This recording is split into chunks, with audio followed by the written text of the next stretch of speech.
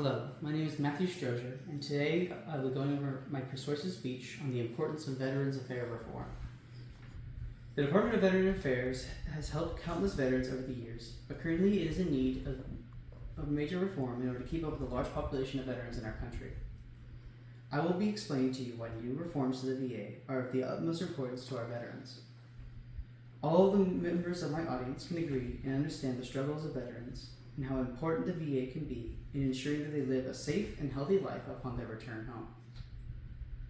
I have witnessed firsthand the many health issues and long-term effects that scar our veterans and my own father and grandfather, who were both in the military. The VA is an important part of the lives of our returning soldiers and should be improved in order to better care for those who have sacrificed everything for us.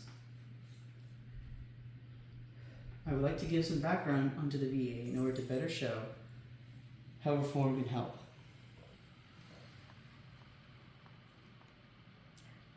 The VA was established in 1930 as the Veterans Administration and was eventually changed into the Department of Veteran Affairs in 1989. The goal of the VA is aiding wounded soldiers from previous wars and conflicts, helping them to acclimate to civilian life. However, due to its age and lack of changes to the structure of the organization, the late 2010s and 20s have been hard on the organization. This has caused a lack of fully equipped and staffed hospitals and care centers across the country. It has also caused veterans to have a greater difficulty in receiving aid in a reasonable amount of time. This is further exacerbated by the large influx of post-9/11 veterans into the country. These issues can also be seen in the rising suicide rates during the 2010s, as well as a portion of the veterans who were unable to receive disability compensation at all. In contradiction to these facts, 2023 was an especially productive year for the VA, as they were able to exceed many of their previous achievements and help many more veterans. In recent years, there have been great improvements and changes to the VA and its ability to help our veterans. The most recent of these is the VA PACT Act, which further extended the reach of the VA to those who suffered from chemical weapons and burn pits during deployment. The PACT Act was presented in June of 2021 and was signed into law on August 10th of 2022. The PACT Act stands for the Honoring Our Promise to Address Comprehensive Toxics Act of 2022.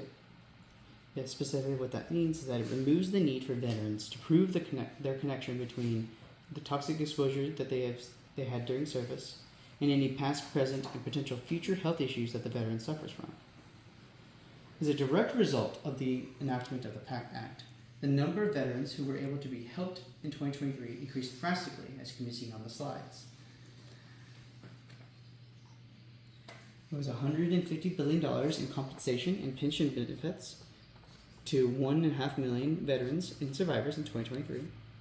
Veterans submitted 2.4 million claims applications, and the VA screened an all-time record of 4.5 million veterans for toxic exposures in just in 2023 alone. This change has already helped countless veterans who were previously unable to receive benefits, including my father, who wouldn't have been able to get benefits otherwise. The PACT Act also lists a series of presumptive conditions that can be attributed to toxic exposure during service. The importance of this is that you must attribute your condition to your service in order to be able to receive compensation and benefits. So for veterans who were exposed to burn pits during their service, the presumptive conditions include cancers of the respiratory and upper circulatory system, asthma, COPD, bronchitis, and other respiratory illnesses. For veterans who were exposed to Agent Orange and other herbicide-based chemicals during their service, the presumptive conditions include cancers of the skin, reproductive organs, and respiratory system, as well as high blood pressure, type 2 diabetes, and Parkinson's disease, to name a few. In conclusion, the VA has been a very important part of the lives of our veterans for many years, but has had plenty of struggles and problems throughout. However, the recent PACT Act has shown that the VA is beginning to have drastic changes and improvements to how it functions, to the betterment of all veterans.